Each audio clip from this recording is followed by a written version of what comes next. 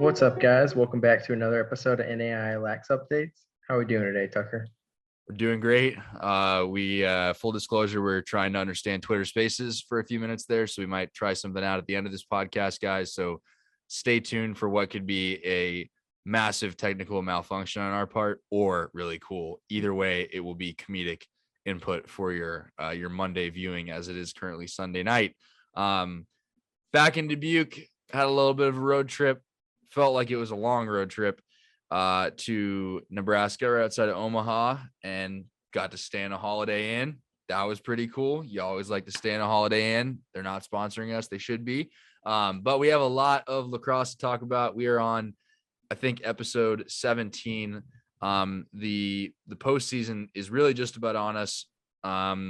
We had some conference playoff pictures officially dropped today, which is awesome. We can talk a little bit about that. We have a whole lot to talk about, and we should just jump right in, as always, before I keep going with this intro too long.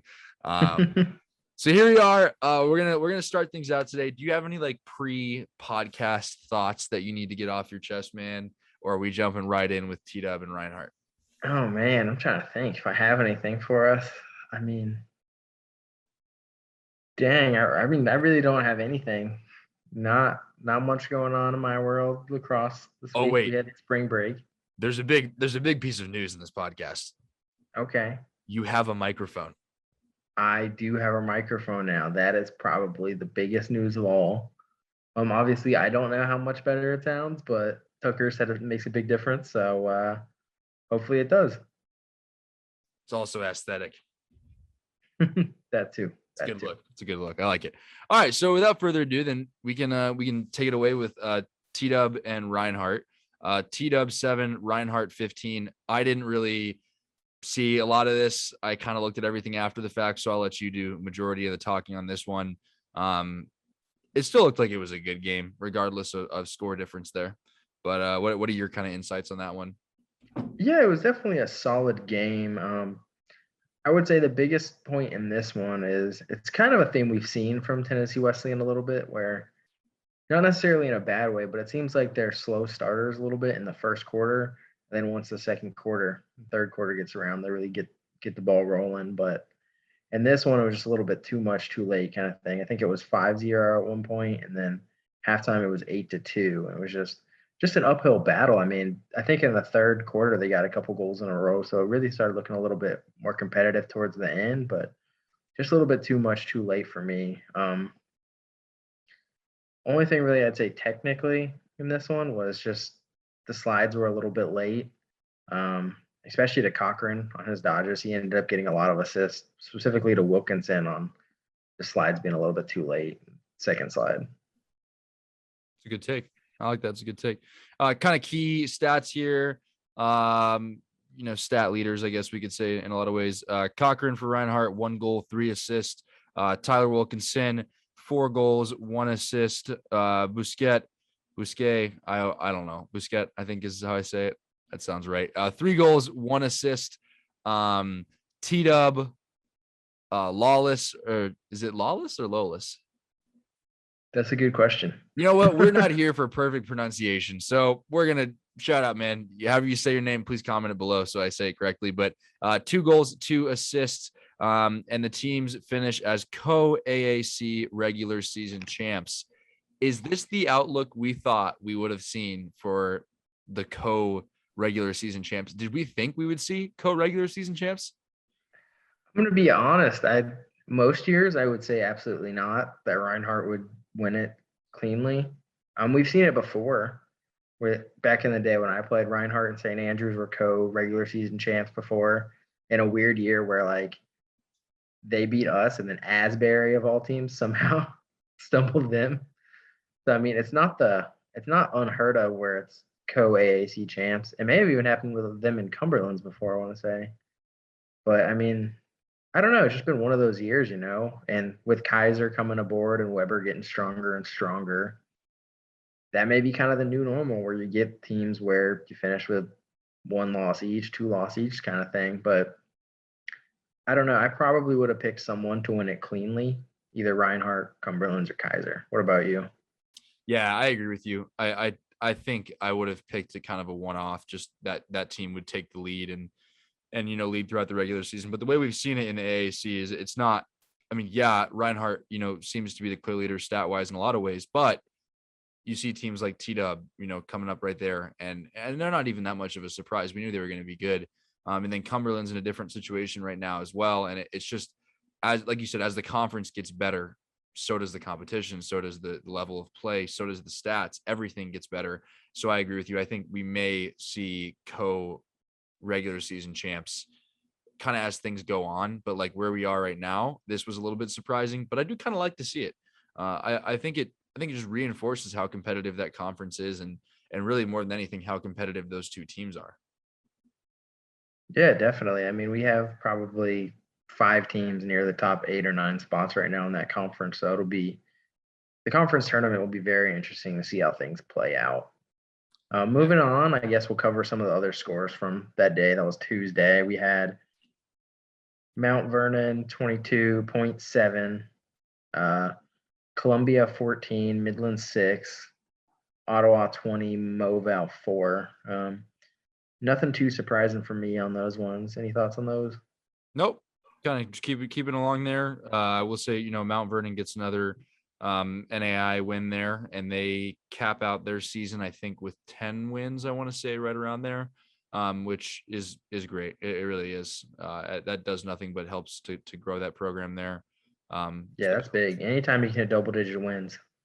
That's right. Special place in my heart for any team out of Ohio. So that's cool to see there. And I guess next, kind of on our docket of games to talk about, this is one that I know we talked about quite a bit in our pick segment last time around. But Lourdes 12, Madonna 7. This was cool. This was cool in my mind. I don't remember who we had picked, but I know there was a lot of conversation about these teams kind of being neck and neck in our mind. But Lourdes did pull away in this one, which is awesome. And I think that's really big for Lourdes as well. Any kind of thoughts that jump out at you from this game? I mean, any stats, anything like that? They're pretty even throughout the game. I'd say the biggest stat differential would be in the face-off. I think Lourdes took 15 to 21. I'm not sure that this has any impact on it, but I think Lourdes may have had a little bit extra motivation playing against a coach that used to be involved with him. I still don't quite understand what his role was at Lourdes. I think he was like the associate head coach or something to that effect. But anytime you're playing against a coach you're familiar with, there's kind of a little bit of added incentive. Yeah, I think that does nothing but fuel players normally, and this may have, like you said, been a little bit of a grudge match and kind of a proving ground there. But I mean, again, I expected this score to be close to some degree. I think this is more of a score gap than I expected, which things were working in Lourdes' favor in that game. And I don't think, I think we've talked about it a lot with the way things have gone in the WHAC. It's been very confusing, a very unusual year in a lot of ways. And I think Lourdes continues to prove that they're in a good spot. That's where I see them as a program right now. Yeah, Lourdes is definitely in a solid spot. I think they're probably going to end up finishing 4th in the WHAC at the moment. Is that about where you see things right now? Yeah, I think that would be a very fair assessment, I think, in my mind, just with the level of play right now that we've seen kind of come out of the WHAC the last couple of weeks. Agreed. Next up, we had Sienna Heights 13, Lawrence Tech 6. What do you think of this one? This was another one I was a little unsure about going in. Let's go Sienna Heights. Man, they're an exciting team, and it's literally I think you and I had both said at the beginning of the year, they are a second half team that's going to pull out wins that are going to surprise people, and that is Sienna Heights fashion. And I think an important thing to talk about in this game and in their score that we saw later in the week, and them playing Tech. Kind of the thing about this is that they have a lot of really good players in really key positions that are going to help you define a game. And in my mind, particularly 2 roles that I think, I'm not going to say any other role is not important, but if I'm going to build out a roster, two positions that I'm thinking about from the start are good goalies and good faceoff guys. And they have both of those. And I am just telling you right now, those two positions make the world of a difference in a game. I mean, I think even particularly in the NAI, if you have a good faceoff guy, it's going to help you go a long way, especially with the way possessions go in the NAI. I've played on a team without a specific faceoff guy for a long time. I've seen teams with a really good faceoff guy for a long time. And I can tell you that the difference is made starting at the faceoff. And that is exactly what we find here with Sienna Heights. I just think they're a very well put together team that just continues. Like they don't give up. They don't give in. They don't give up. They keep fighting, which we like to see. And I think I would like to say this is a statement win for them in the WHAC. I think getting a win like this over Lawrence Tech by that many goals is a really good sign for them. Yeah, I definitely agree with you on that one. And then one thing I was going to add is the emergence of Sismadia. I'm sorry if I butchered that one, but he's been putting up quite a few goals the past couple games. And if he can get going along with Potter and Gallagher, that can really make them a lot bigger of a threat. And then the one thing we've been talking about also is Fernando on the faceoffs, former D1 guy. So, I mean, that's definitely not something you see every day at the NAI level. Yeah, that's true. If I'm correct and my memory states correctly, I played against him and a few of the other Sienna Heights guys in a box tournament preseason. So familiar with them a little bit there. But I'm honest. Like I'm excited to see what they're doing at Sienna Heights, and they're not necessarily an underdog, I would say, but they are really fighting to be where they are, and I love to see that. I really love to see that, and it does nothing but help them in every facet moving into the postseason, moving into the out of season recruiting. All of that helps when you're in a conference with teams so close together. That is a very key thing to keep in mind there. All right. Yeah. Any final thoughts in that game? No, I think that about sums up that one. Bear with me 1 second. My mouse is going crazy. So, do you have the scores pulled up real quick? I do not, but I very much can. All right.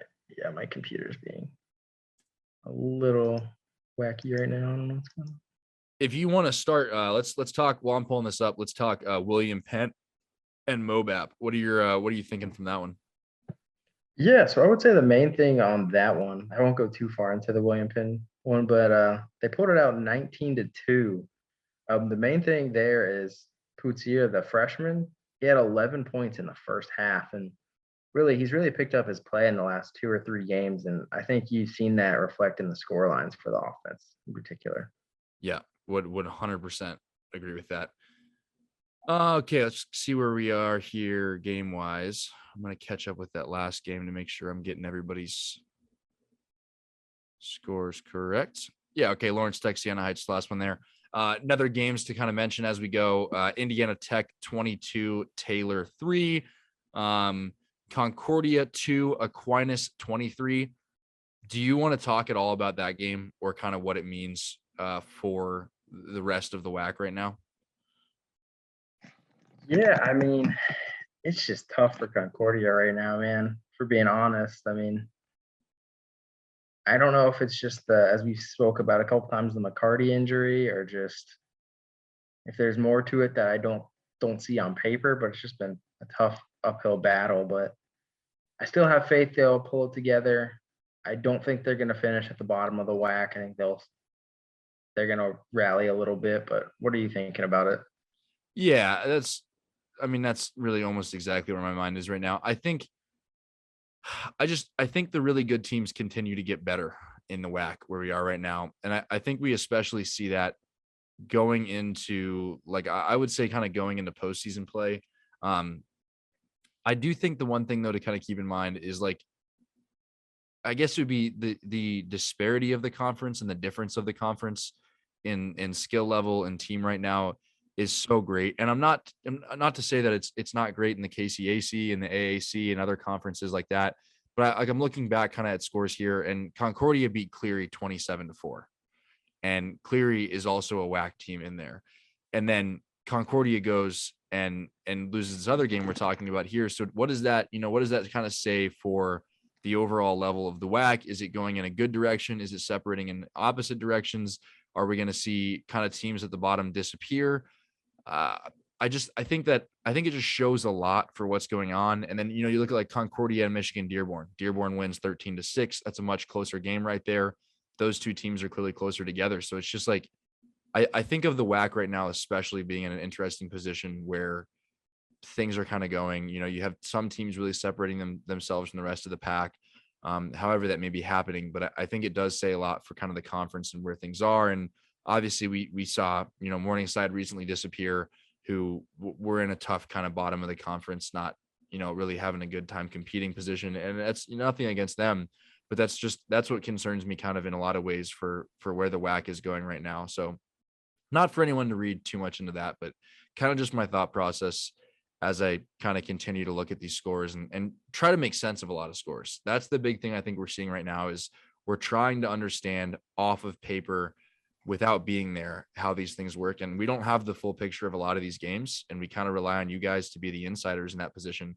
But it does, it kind of explains what's going on with the conference. So we'll move on kind of to the next segment here, the next game here.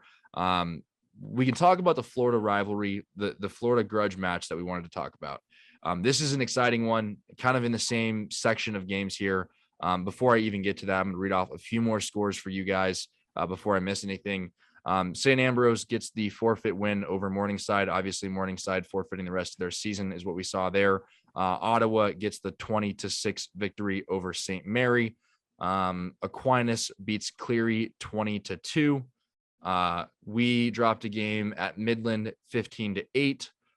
Columbia beats Missouri Baptist 15-8. And this was kind of an interesting one that I think we should talk about before we jump into the Kaiser and Weber segment.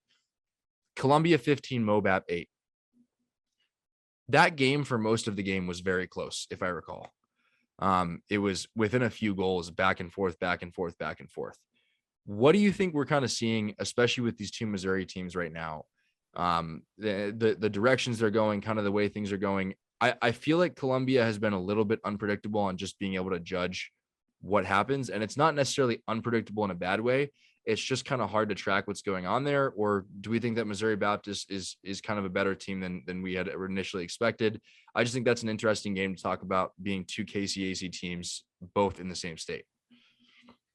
Yeah, it's definitely an interesting one. I would have thought Columbia would have handled it a little bit more decisively, if we're being honest. Man, I really just don't know what to make of this Columbia team. I mean, as we talked about kind of pre-show, like they've beaten Tennessee Wesleyan, they've had other ranked wins, and then they go out and play games where they just don't look up to the standards where they are in other games, if that makes sense. And I mean that with no disrespect, but just like, I don't know. I don't know if it's just kind of the youth in some positions or if it's something a little bit more, but yeah, I don't know. Interesting point that I'm not sure if you know this or many people know this. Columbia has a new attackman on their team that was not on the roster in the past years. He initially started his college career out at D2 Lynn in Florida. Very, very decent D2 program there. And then from my understanding, decided to step away from college lacrosse for a while and was playing pickup lacrosse in Missouri and ended up at Columbia. And has been very much a scoring sensation for them in a lot of games. So that's kind of an interesting piece to add there on Columbia as well. Yeah, for sure. All right, we'll move on. We'll move on to the Kaiser Weber. One score to read off before that. Michigan Dearborn 5, Lourdes 10. Another good win for Lourdes, continuing in their WHAC win column there. Now Kaiser and Weber. Kaiser 13, Weber 12. This is, I mean, to a T, what we saw coming in a lot of ways. We knew it would be a 1 or 2 goal game, and we knew it would be an exciting game. And that's the important thing to take away here. An exciting game between two Florida programs that, man, they are stacked right up against each other. What did you see from this game? What's your takeaway on it? I thought it was exciting. Just looking at the stat sheet, even after the fact, looking at what happened, it was exciting any way you look at it. Yeah, so I don't think many of us saw much of this one at all. Yep. I don't know what's going on with the Florida schools. I think it's just their Wi-Fi, honestly, maybe at the facilities anytime it gets a little cloudy or something. I don't know. Florida Wi-Fi, man, can't trust it. Yeah, I didn't see a whole lot of this one. Wish I would have. Looked like it was a great game from the stats, but yeah, I mean the biggest difference in this one was Kaiser went 20 of 29 on faceoff. So anytime you come down to a 1 goal game, and that aspect plays a big role in that one. Vincent Cerasulo scored the game winner just under 3 minutes to go, and then Weber had the ball with I think 5 seconds left and had a shot just wide on him. So I mean, overall, it definitely helps Kaiser picking up this one. They'll get the 4 seed. Weber will get the 5 seed. But I mean, we get to run it back in about I think a little less than a week. So I mean, my question is, and from what I've heard from other people, they kind of feel the same way. Is a lot of people are looking at this as the rematch is the winner take all. So I mean, it's great that Kaiser won the first one, but it doesn't really do a ton for them if that makes sense. Like I feel I like the second game has way more pressure on it. wholeheartedly agree. The second one is winner take all, and I hope there's a working stream for the entirety of the game for that.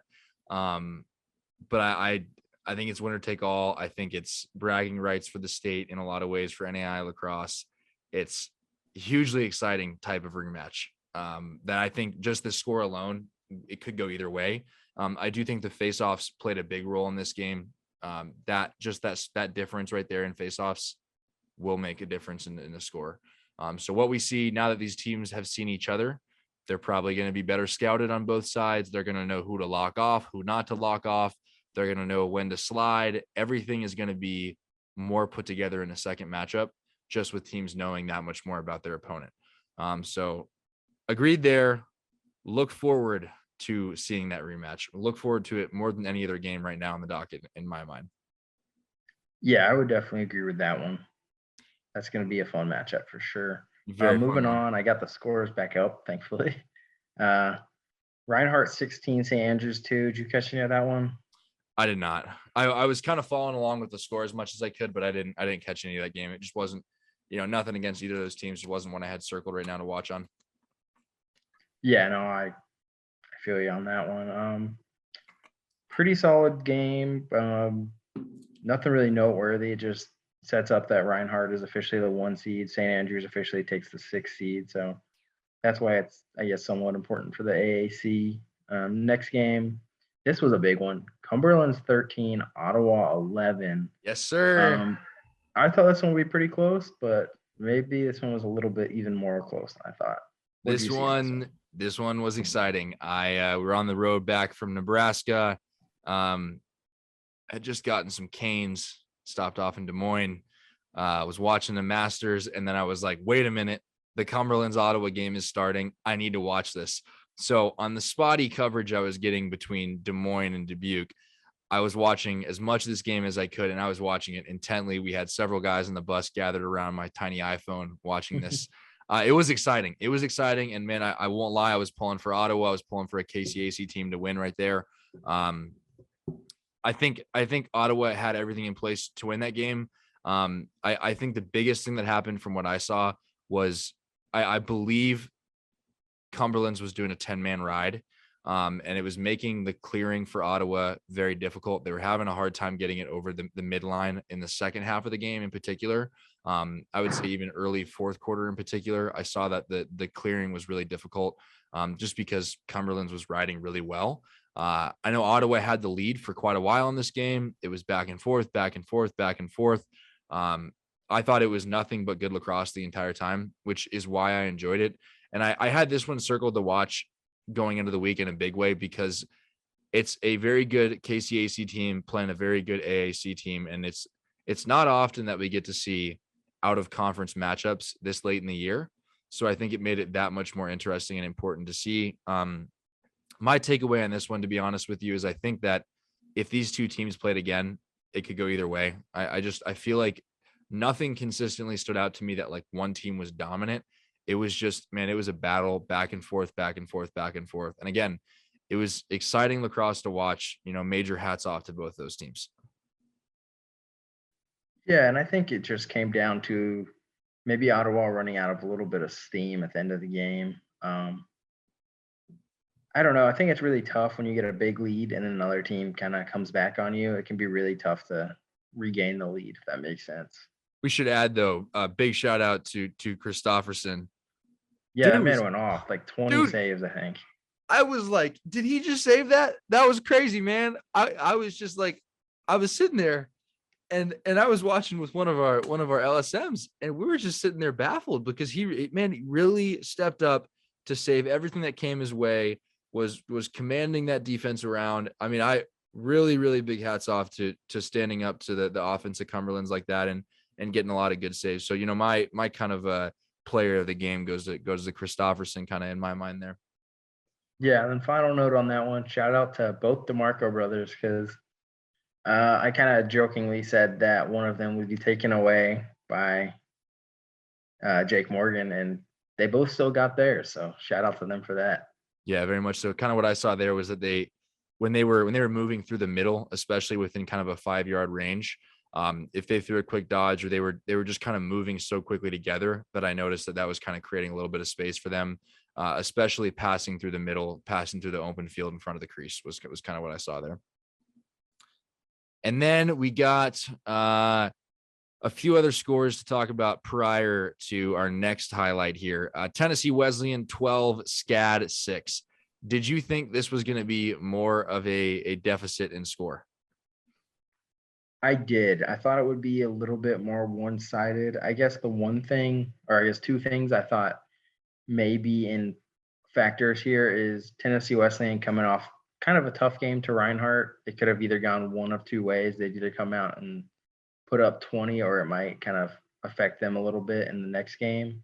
And then the other thing, like, this was SCAD's last shot to kind of, I know they weren't going to make the playoffs even if they won this, but kind of ruin someone else's season. So I think once you're trying to play spoiler, you can kind of get up for that in your final chance. Agreed. Good take there. Moving on to the WHAC, Taylor 7, Concordia 20. That's a good win. That's a good win for Concordia. That's a big win numbers wise for Concordia, stats wise, we should say. So excited to see them get a WHAC win there. And then the next game we kind of want to talk about, this was also just, man, this was an awesome game. I'm getting riled up just thinking about it. Man, calm me down. All right. Sienna Heights 8, Indiana Tech, the Warriors of Indiana Tech 10. But this game was, I'm sure a lot of people did not expect it to go this way. I'm not too surprised by it, knowing what Sienna Heights can accomplish when they work together on this one and they work hard, and they did. They worked hard, man. How much of the game was Sienna Heights up? A pretty good amount of the game, I feel like they were up. So, man, they were up at least until halftime and then maybe early third. But I mean, I don't know. It was one of those where I'm sure if you were in a Sienna Heights like position, you get kind of that sinking feeling as things get a little more tighter where like it's getting tight, but I don't get the feeling that we're gonna like maintain this kind of thing. Like don't get me wrong, they battled and they fought their tail off, but once Indiana Tech kind of got it to like 6-4, I started saying like, all right, I think Indiana Tech, like I know they're still down by a couple, but I feel pretty good about Indiana Tech pulling this one out. But yeah, it was 6-1 at one point, like very early, and the Sienna Heights offense was going up tempo. Like Indiana Tech was struggling to get the ball, and then Indiana Tech. The one thing I really saw is they started putting a ton of pressure on the midfield and started causing some turnovers, and that kind of really got the offense going on the other end. Yeah, no, agreed there. And I'm kind of looking over stats right here as we're talking. Vinny, for Sienna Heights, 10 saves on 20 shots against Indiana Tech. That's nothing but good in my mind. And then looks like Indiana Tech played 2 goalies. Kyle Tubal's winning majority of that time, 58 minutes of play. He was in 8 goals allowed, 16 saves on 14 shots is what I'm seeing there. So kind of back and forth. And then the one thing I want to talk about too, like we talked about earlier with Sienna Heights, the face-off position, Fernando Robinson going 16 for 22 on the face-off, which when you're playing a team like Indiana Tech, if you can go that well on face-offs, that's a really good thing to see. And that's going to do nothing but help them kind of in my mind there as well. Yeah, and I think if you are going to beat a team as talented as Indiana Tech, primarily on the offensive end, you're going to have to keep the ball away from them. Man, I don't know. It's just tough when they have such a good offense. Like it seemed like anytime they got the ball, especially in the second half, they were getting good looks. And Yeah, I don't know how you stop that really. I mean, it's true. And I'm kind of looking even over, where the penalties went in this game because it was so close. And there's nothing that really stands out. I know that they're in the fourth quarter, there's an unnecessary roughness against Indiana Tech and a conduct foul against Sienna Heights. But that's in a close game like that. I don't want to say it's expected, but in a lot of ways it is. So nothing too much to jump out there. But it was, man, it was a great game to see a score like this. It's exciting for both programs. It further cements where Indiana Tech sits in the conference right now, I would say, but shows people that Sienna Heights is there to fight. So kind of a cool one there. Moving right down the line, Benedictine gets a 19-1 win over Missouri Valley. Madonna gets an overtime 11-10 win over Lawrence Tech. And the next one we'll talk about is Cumberlands gets a 19-9 win over Benedictine. And that is the kind of second game we had talked about in the AAC KCAC kind of battle there. I'm not sure I saw anything necessarily to talk about this game. I do think, though, seeing the differences in score between Benedictine and Ottawa kind of gives us a clearer picture right now where the two of those teams sit in the KCAC, especially playing outside of conference opponents, which is an important take going into the postseason, especially. Thoughts on that one? yeah, I mean, this was a little bit unexpected for me. I thought this was kind of, I don't want to say Benedictine's last chance per se, because obviously they still have the conference tournament, and I believe they still have Ottawa to play. But this was kind of the one going in where I was sitting there. All right, if Ottawa can keep this close, maybe pull off an upset, get themselves kind of back in the top 8 range and see what can happen. And Cumberland's really just got the lead very early on and never looked back. I mean, Benedictine did most of the 9 goals kind of late in the game too. So I mean, I don't know. I'm hoping Benedictine can bounce back from this one, but that was a tough one. Yeah, amen to that. Agreed. All right, now we get to go into a little bit. I mean, I guess I can address the last couple of scores we have here prior to getting into our playoff picture, which we're excited to talk about. St. Mary 1, Columbia 18, St. Ambrose 13, Midland 3. I will add a note to that game.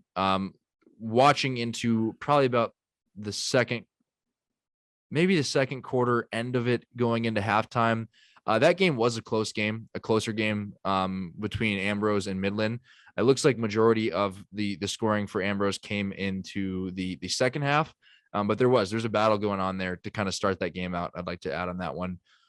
We get the forfeit win over Morningside with their program, and then that wraps up kind of our scores for the past week prior to getting into everything.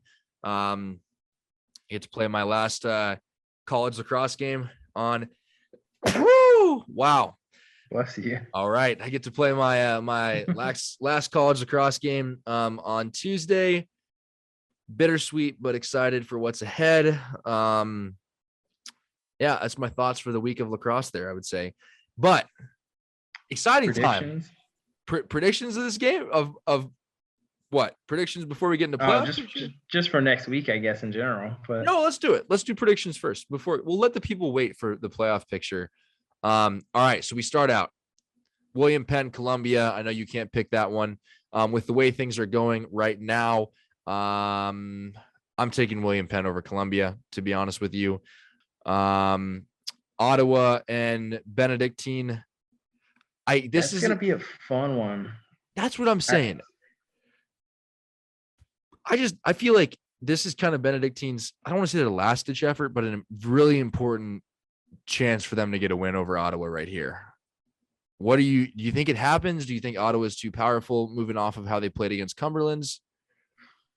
I mean, it could go either way. The one thing I will say I noticed is Benedictine's faceoff guy got hurt in the second quarter of this one. And I'm not a doctor, and obviously I wasn't there, but he got hit pretty hard in the head, shot in the dark. If I had to predict it, I think he's going to miss some time with the concussion. Just that's what it looked like live, that he was dealing with a head injury. And that could loom large in this one. If he's not able to go, then I think Ottawa is the clear winner in this one. Yeah. I'll take Ottawa, I guess. I'm going to take Ottawa as well. I like that. Moving into Wednesday, we have Aquinas and Taylor. I'll take Aquinas in that one. How about you? Yeah, Aquinas. St. Mary and Mobap. I'm going to take Mobap. Yeah, I'm going to take Mobap as well. They haven't been the most consistent, but they definitely have a talent edge in this one. Indiana Tech and Madonna. I'm going to take Tech. Yeah, I'm going to take Tech as well. Yeah, definitely. Cleary and Lourdes. I'm going to take Lourdes. Yeah, Lourdes. Concordia, Sienna Heights. I'm definitely taking Sienna Heights with the way they've been playing lately. Yeah, agreed. I mean, Sienna Heights is my clear number 3 team in the WHAC at this point. So.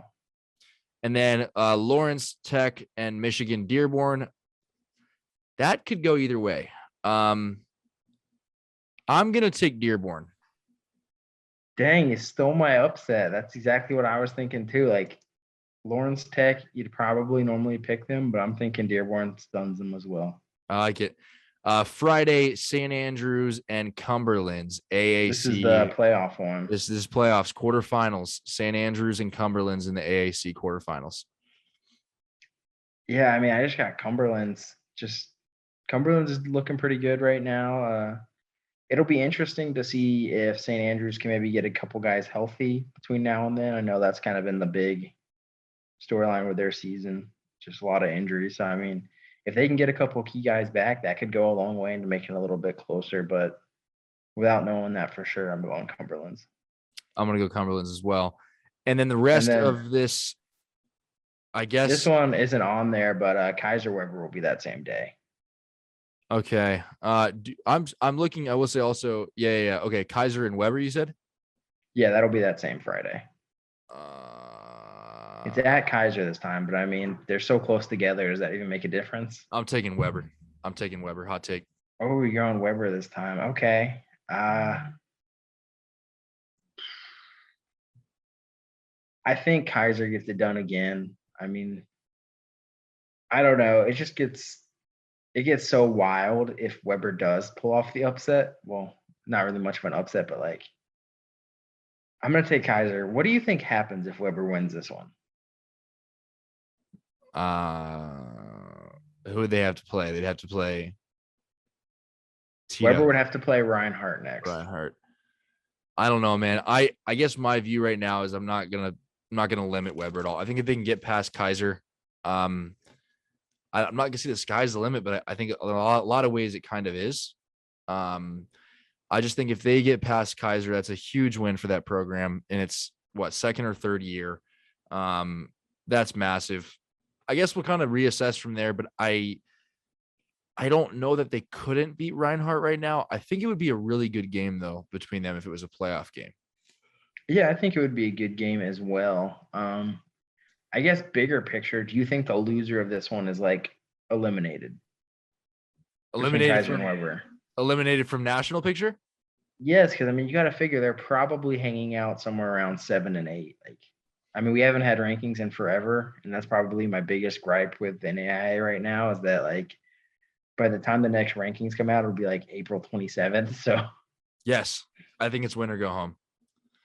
I think the Lax Cat returns. I think it's win or go home. He does. I just think it's win or go home because they're so similar right now and they're so close and they're coming out of the same conference that in my mind, it's win or go home in that one. I really feel like it is. And then the other, there's a couple other games going on. I didn't even realize this, to be honest with you. I guess Sienna Heights and Madonna are playing next Saturday. Taylor and Dearborn are playing. Concordia, Lawrence Tech, Cleary and Indiana Tech, Aquinas and Lourdes. That's all regular season stuff still? Yeah, so that's another factor where I'm a little perplexed. Like, I don't think the WHAC tournament starts until around April 20th. I could be wrong on that date, but I know it finishes closer to like late April than. Yeah, I'm massively confused there. I guess we'll do some picks. Sienna Heights and Madonna. I got Sienna Heights. Yeah, I got Sienna Heights as well, but I would probably put them on an upset alert on that one. Madonna's very capable of pulling this one. I like it. Taylor and Michigan Dearborn. I'm taking Dearborn. I'm taking Dearborn as well. Concordia and Lawrence Tech. I think Concordia goes in there and wants to win this game no matter what. Okay, I like that pick. I'm going to take Lawrence Tech, though. I'm going to take Concordia, so we'll pick one different. And then Cleary, Indiana Tech. I'll take Tech. Yeah, we can skip this one. Tech. Aquinas and Lourdes. That one could get interesting. If Lourdes can dominate the faceoffs and keep the ball away from that high-powered offense, I mean, I think Aquinas probably has a top 2 offense in the nation.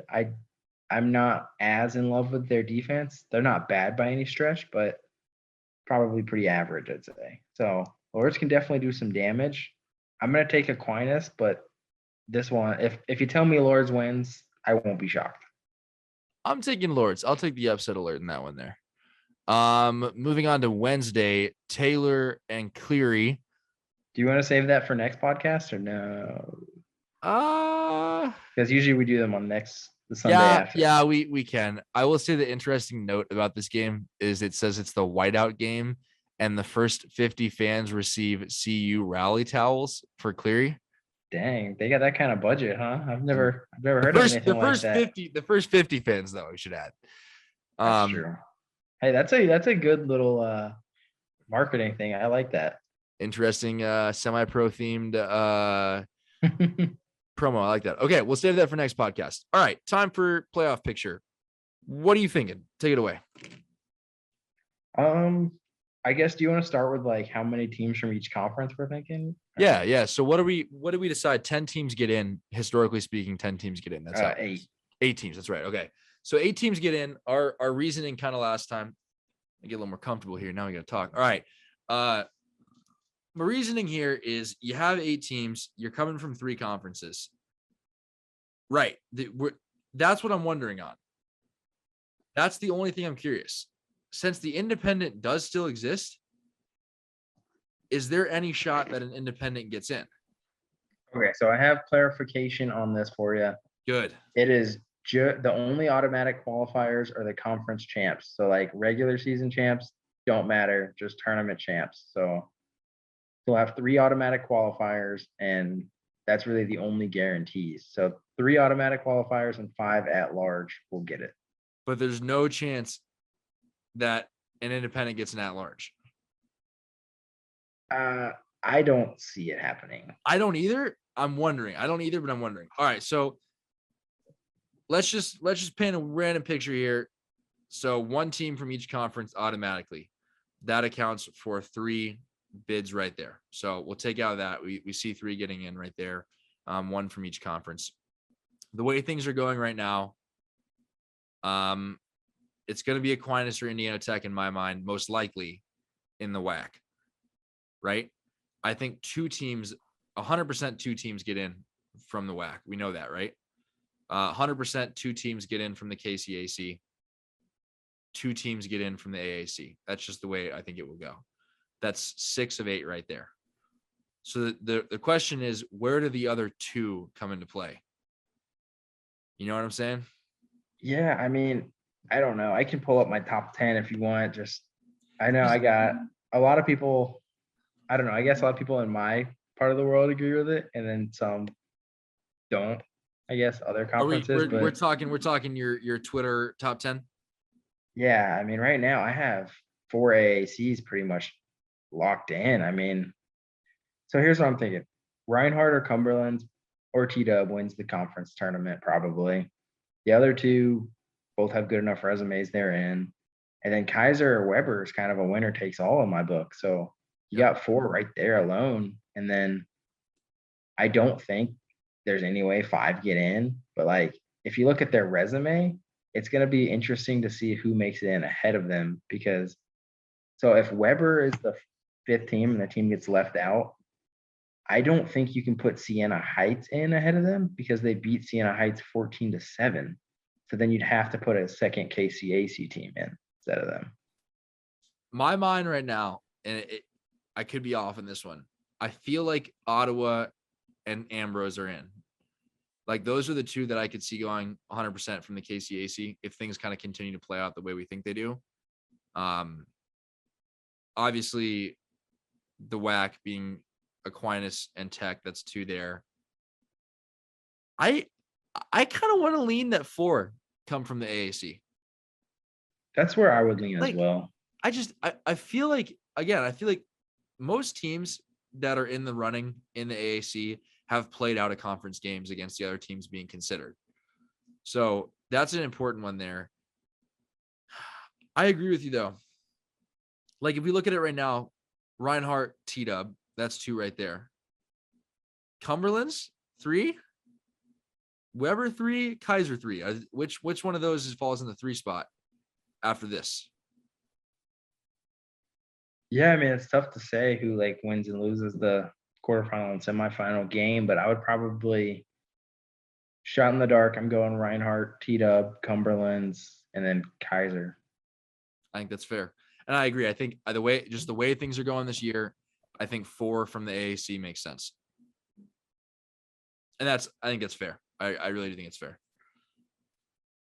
Yeah, I mean, I know I'm gonna get destroyed for saying that. That's my opinion, and I don't know. I just feel that way. Yeah, and I guess like the thing is, there's still time for, especially in the WHAC, there's still a lot of time of regular season left, and they clearly Yeah, have that's the weirdest part is like we're looking at some of these AAC teams who are like 12 games in, and then you look at a WHAC team who's we're 3-3 right now, and I'm like, what? Yeah, that's what's hard for me is like I don't even feel like I want to consider anything in the WHAC except for the 2 teams that we see right now, just because there's so much left to play. And it's weird. It is, man. It's weird saying that. It feels strange that not everybody's in the same page, or like at least a similar page. Right. And then I ran a couple Twitter polls if you want to cover those real quick. It was just 2 basic ones because I posted some of the stats today, so that got people fired up a little bit because Presto Sports doesn't have a points per game breakdown, so people were pretty fired up about that. The poll I ran was, should total points or points per game matter more when it comes to accolades? And 74% said points per game. What are your thoughts on that one?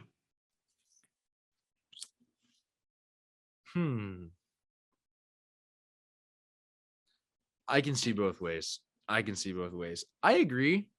I think in most cases, points per game matters more, especially when you're looking at who you're playing, when you're playing them.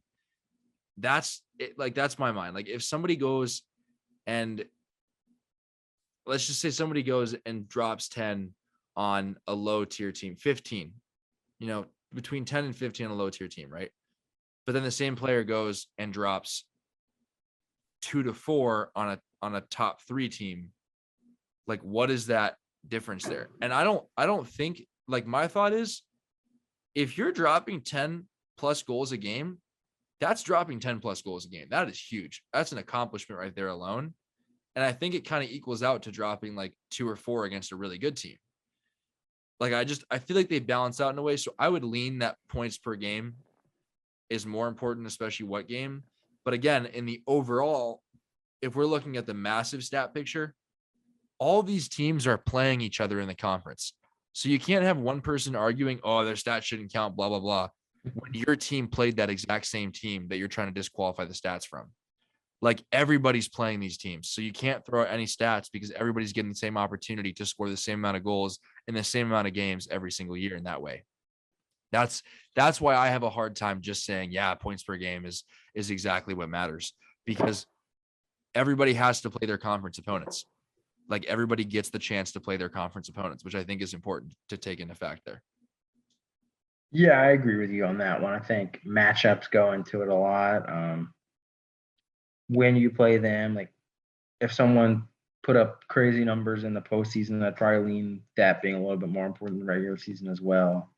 Things like that definitely matter as well when you're factoring it out. Totally agree there. Totally agree. What was your second poll? This one kind of goes hand in hand with what we were just talking about, teams being at different points. How many games should teams play each regular season? And the options I gave were 10, 11 or 12, 12 to 15, or less than 10. 72% said 12 to 15. Does that seem about right to you? Yeah. I mean, my mind is, if you have a healthy roster and like you're in a good roster number situation and you're not worried about injuries, being a major factor going into the season, I think you should play as many games as you can. And that just goes back to the quality for the players playing in the NAI. the more games, the better in somebody's college career. And that's just, I'm going to be honest with you. I wish in a lot of ways I would have played more games. I like, especially losing a COVID year, that's a big one. It makes you really realize how many games you missed out on. But I think more games, more experience, better for teams, more options. You're seeing more opponents. You're seeing more out of conference opponents in particular. So I would say 12 to 15 is very healthy. I would say if you have a deep roster and you're in an area that maybe has some D2, D3 teams and travel time's not an issue, play 15 games, play 2 or 3 non-NAI games to start out that aren't going to matter too much to your record.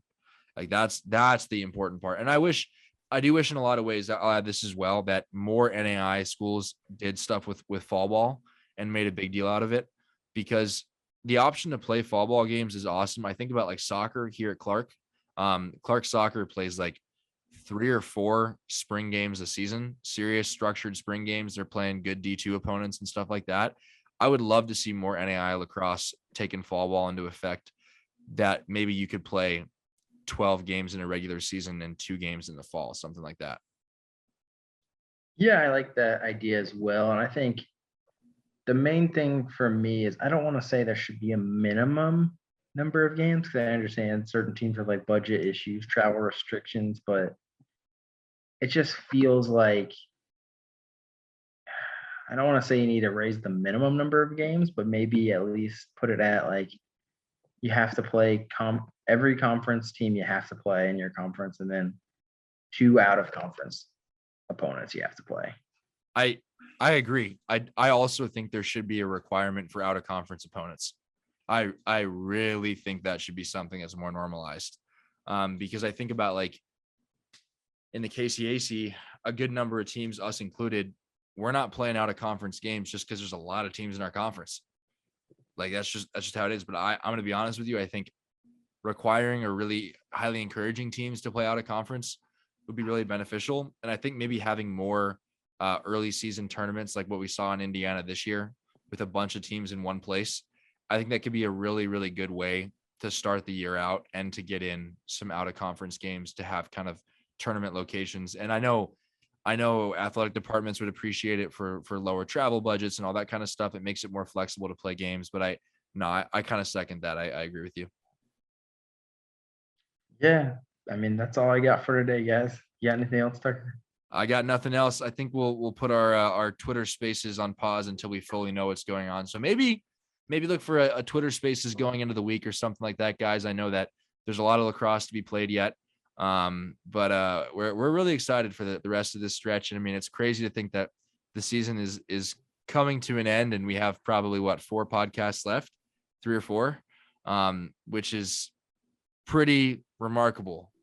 And again, NAI, if you want us to like send live us to nationals. Yeah, if you want us to like go to nationals and broadcast or something like that, we're down. Or if you want us to like zoom into a broadcast ESPN style, we'll zoom into a broadcast. Don't worry about it. Got you covered. It would be pretty fun, I'm not gonna lie. But that's all I got for today. I think it's there's a fun bit of lacrosse left. Yeah, we will see you next week, guys. Hopefully we can figure out something fun to keep y'all entertained in the off season. I don't know, maybe some PLL podcast or something. I don't know. The Throwing that idea out.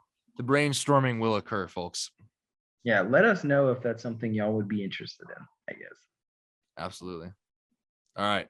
All right. You guys. We'll catch you later, guys.